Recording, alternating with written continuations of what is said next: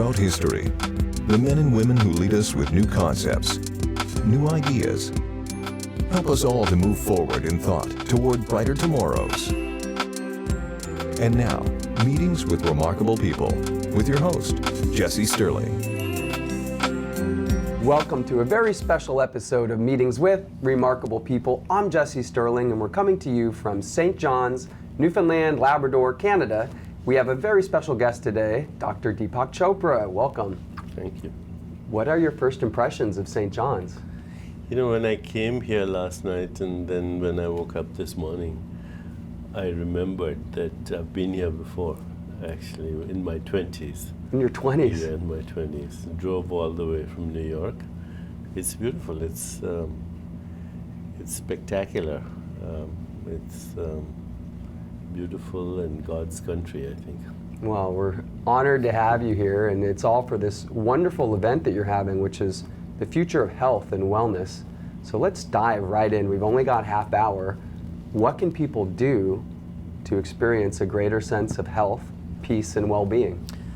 I think make a commitment every day to 4 things. Joyful, energetic body, loving, compassionate heart, restful, reflective mind, and lightness of soul, lightness of being. Just that one intention with those 4 commitments, then all your choices through the day should be around those 4 commitments. It's beautiful. So how does one have a more energetic body? I mean, let's break them down one for one. The pillars of an energetic body are sleep, meditation, movement. But for me, that includes yoga, going to the gym, taking a walk. I mentioned meditation, yes, and healthy emotions, which means love, compassion, joy, equanimity, and food that doesn't insult your microbiome. I don't know, you know what that is, right? I don't. Okay, so 90% of our body is actually not human. It's bacteria. Really? Yeah. We have 600 trillion cells and only 10% are human. So you're a walking bacterial colony with a few human cells hanging on. Wow. These cells are everywhere in your body. They're in all your orifices, eyes, nose, ears, in your skin, in your mouth, in your large and small intestine, in your stomach. 25 to 30% of the metabolites in our body, or chemicals in our body, molecules, come from the bacteria. And they interact with human genes. So bacterial DNA and human DNA interact all the time. At this moment, they're doing that. So whatever you put inside your body, affects bacterial DNA. And now we know for sure that food that's processed, manufactured, contains chemicals or preservatives or insecticides, GMO foods, they damage the ecosystem inside us, the microbes, what's now known as the microbiome, and that interferes with human DNA. So food that's fresh, that contains the energy of the sun, the 7 colors of the rainbow, the 6 tastes of life, that food is healthy for the microbiome. Your emotions affect the microbiome, so if you're depressed, your microbiome will be depressed. And it's the other way too, that depressed microbiome will cause depression in you. We're doing a lot of research on this right now. It's called epigenetics, and so everything that influences our genes, turns out everything, sensations, images, feelings, thoughts, emotions, food, influences the microbiome. Epigenetics, you are what you eat. I mean, that cliche is now scientifically being proven true. Yeah. And then hydration. That's it. That's physical well-being. Getting to that habit of drinking lots of water today and getting away from the sugar drinks. But this local movement you see of farm to table and live and local fresh food, it seems like now scientists are endorsing this and saying, that's incredible. Our whole body is made up of this food we're consuming. Yeah. And now let's... And those bacteria are looking forward to your next meal. We're keeping them You are going. them. You know, it's not, we are all of those cells. Wanted to talk about the relationship component of it, because it's not just physically our movement, our hydration, our food, but you mentioned there's this other component of loving relationships, the environment we surround ourselves with. How does that affect our bodies? Well, there are two kinds of emotions we experience. One that connect us to life, so love, compassion, joy, empathy, equanimity, peace. And then there are emotions that disconnect us, like resentment or anger or hostility or fear or guilt or shame or depression. And those emotions that connect us to life, they cause a phenomenon in the brain called limbic resonance. That's your emotional brain. And that results in the secretion of chemicals, or you might say peptides, like serotonin, dopamine, oxytocin, opiates. These are antidepressants, but they also fine-tune the immune system. So they're called immunomodulators.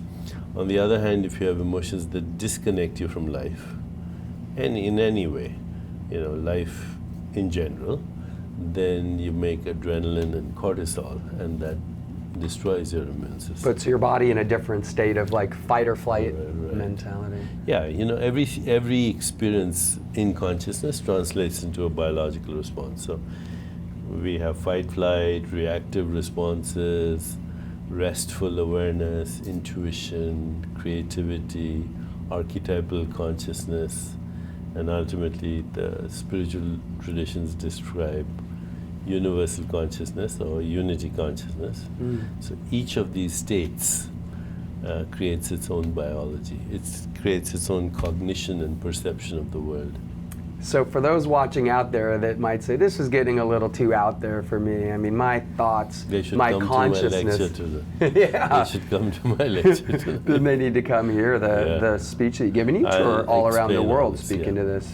Yeah, now I'm going to talk about the future of well-being, but also the future of science, the future of spirituality, the future. Now it turns out, this is really very interesting, every choice that you make not only influences your biology and your relationships. This your listeners or audience might find really strange, but it's a fact. Every choice you make influences the evolution of the cosmos. So our consciousness, our inner beauty, is also a reflection of the outer beauty around us, you could say. There's only one consciousness, and we are different reflections of that one consciousness. Well, speaking of consciousness, reflections of consciousness, you mentioned meditation, which can be a very charged word for some people, even scary for some people, esoteric, mysterious. What kind of meditation do you teach? What's your meditation practice? My meditation practice includes many components. Self-reflection, which means I reflect on who I am, what I want, what my purpose is, what I'm grateful for. But then self-awareness, which includes awareness of my body, awareness of my breath, awareness of my interior space, awareness of mental space, which is sensations, images, feelings, and thoughts, awareness of relationship, and awareness of breath, and even heart. And then beyond that, I do what is called transcendence. So I go into deep stillness. Actually, I'll be showing this meditation in my talk also, taking people through it. We've been doing meditation, as you may or may not know, online with Oprah Winfrey. And we've had about 3 million people take the meditation, 21-day meditation course online. And on August 8th, from Toronto, Canada, we're doing a global online meditation at 12 noon Toronto time.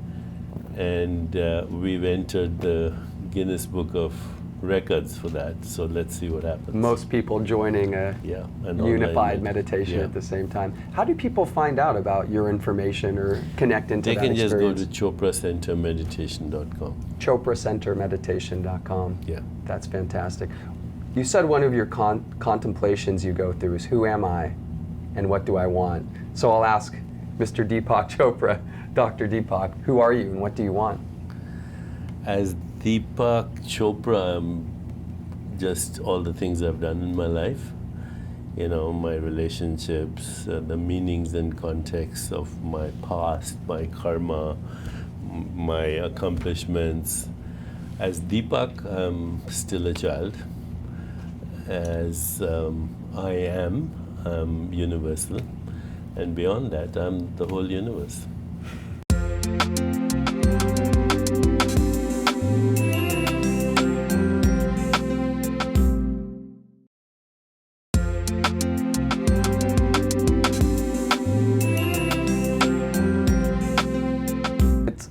I know you're a prolific writer. You've written in many incredible books. Said that an author, to ask them to choose their favorite book is like choosing amongst their favorite children, but I'm going to put you on the spot. What's your favorite child, or at least the one you found has been most powerful in the world? The most popular book that I've written is 7 Spiritual Laws of Success. Mm-hmm. But my favorite book is always my current book or my next book. So as of yesterday, I have a book called Brain, Mind, Cosmos. And actually this is a book that I've edited. I've also written parts of it. But it has contributions from 30 scientists and philosophers. It's about what's the connection between our mind, our brain, and the cosmos. It's an ebook actually, and it just came out, and it's doing extremely well. I'm very happy about it. My next book, which is coming out in October, November, is called The Future of God. And it's going to be a PBS special as well. What a great title. Just the title is very evocative. I thought God doesn't change and he's omnipotent and omniscient. The future of God is our interpretation of God, which has been changing since the time of the Old Testament. And now, you know, with all the science and cosmology, it evolves. God doesn't evolve, our understanding evolves. Our understanding does evolve. It seems like we had a very direct relationship with God in the Old Testament, going back to the Garden of Eden. Then he would use prophets, and slowly that face of God has seemed to be disappearing. Well, it's included and transcended. So, you know, some aspects of that understanding of God still remain. Be still and know that I am God. That I am that I am. All of that is still true. But as we evolve and the cosmos evolves in us, you see, what we experience as the cosmos is a direct reflection of our brain. And what the brain is a direct reflection of our mind. And the mind is a direct reflection of our consciousness. So as our consciousness evolves to higher stages, everything evolves. The human brain, even the human body. Perception, cognition, personal relationships, social interactions, environment, they all evolve with us. I wanted to ask about the 7 spiritual laws. It's made a huge impact on my life. Many people I've spoke to changed their life. Can we get an overview of those tenets? What are the spiritual laws and what that book has meant to North America and to the world, really? Yeah, but the 7 laws, that spiritual laws, as I call them, are actually 7 principles in nature. You can find them in a seed, you can find them in any cell in your body, and you can find them in nature as well, in the cosmos. So, pure potentiality, which means the ground of being is infinite possibilities. That's number 1. Number 2 is the law of giving and receiving, which means that everything circulates. If you stop that, then there's strangulation, and that's death, actually. Number 3 is karma, which means that every choice has a consequence, which we talked about, okay? Number 4 is least effort. which means in nature everything happens with effortless spontaneity. And there's no resistance in nature. Any resistance that we experience in life is self-imposed. It's also called flow. I had this image of the water just going around the rock. Rock's immovable, the water flows around. Water or the wind, even more flexible than water. Okay, the breath, then intention. Intention is the fundamental basis of creativity. Or you can say desire, intention and desire. Inherent in having the intention is the full mechanics of its fulfillment, because intention has infinite organizing power. As long as the intention is not coming from your ego identity, but from your deeper self. Okay, then the sixth law is the law of detachment. If you really want something, let it go and come back to you. Okay. That's not easy though. No, it's very easy. Our ego wants to be in the process, not in the outcome. The point of arrival is always now, always. Can't be any otherwise. If you're living only in the future, then the future, when it arrives, you won't be present for it anyway. So what's the You're point? waiting for the next moment. And the final is dharma, which means purpose, life purpose. So everything has a purpose. In the acorn is the oak tree. Okay, so too we all have unique gifts and talents and purpose, and when we're doing that, we have a good time.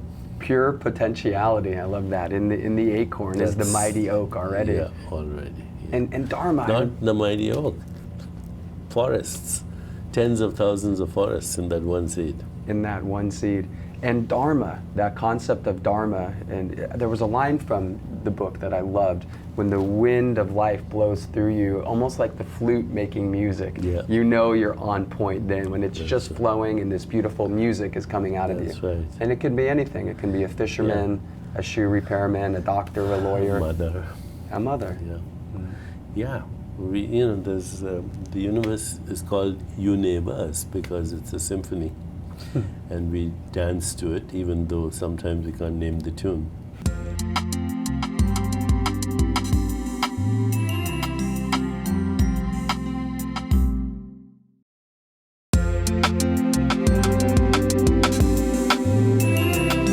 I wanted to get back to the concept of be still and know I am God. Because this is not just the Bible, this is not just the Old Testament, this is every sacred text that humankind has developed over our human history. The whole course of up, down, gain and loss, happiness, sad, victory, defeat. How do we get and develop the habit of being still? So hard. So much value is placed on our society of achieving, multitasking. It just depends on your priorities. For me, stillness, I carry it no matter where I go. So it doesn't matter where I am or what the situation or circumstances, and you can make that a habit, to carry it. Of course, meditation helps, but you can also stop in the middle of what you're doing, take a few deep breaths and observe what's happening in your body, and then proceed with love and compassion. If you make a point of doing that, and you also watch your reaction to react.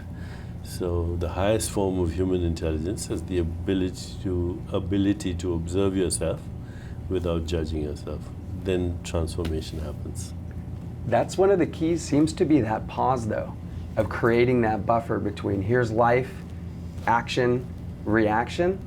You just take the pause, maybe it's breath that calms you down. Press the pause button. To be able to press the pause button. We've talked about relationships and love in our life, and how that can actually affect our health. What would be Deepak's key to successful, loving, and harmonious relationships? I think being love is more important than even any other act of love, because once you're a being in love, then feeling, thinking, speaking, and doing follow spontaneously. So your love should be like light that radiates from a bonfire. It's not necessarily focused on anyone, but it's not denied to anyone either. Then you can channel it wherever you go. The abundance mentality, if you get a pail of water out of the ocean isn't going to miss that. Right. Not too much, infinite to give. Who have been your greatest teachers in life? Who inspires you? Well, I was a student of Krishnamurti and Maharishi Mahesh Yogi, but my main inspiration came from my parents. That's beautiful. It's beautiful. Do you have a memory of your parents right now, or something that comes to mind from your My childhood? father was a physician. He was a cardiologist, and he used to had a practice. And on weekends, he would see patients free of charge. They would come from all over the country. My mother would cook food for them, and when they left, they would make sure that they had enough money for their bus or their train. And so, he had literally tens of thousands of people who came to see him from all over the country. So you grew up with that beautiful example of compassion and giving and caring. So we have just a couple minutes left. Wondering if you have a favorite quote that has inspired you in your life. You've given the world so many quotes. What are the quotes that inspire you? Well, my inspiration usually is from Rabindranath Tagore, the great Indian poet, who said, "Love is not a mere sentiment, it is the ultimate truth at the heart of creation." Wow. You could just meditate on that for a couple minutes. And final thoughts for our viewers watching out there, not just in Newfoundland, but we go right across Canada, through the Caribbean. We're in close to 9 million households. Two things. Yeah. Take it easy. Number one. Okay. And number two, join the global meditation on August 8th at 12 noon Toronto time.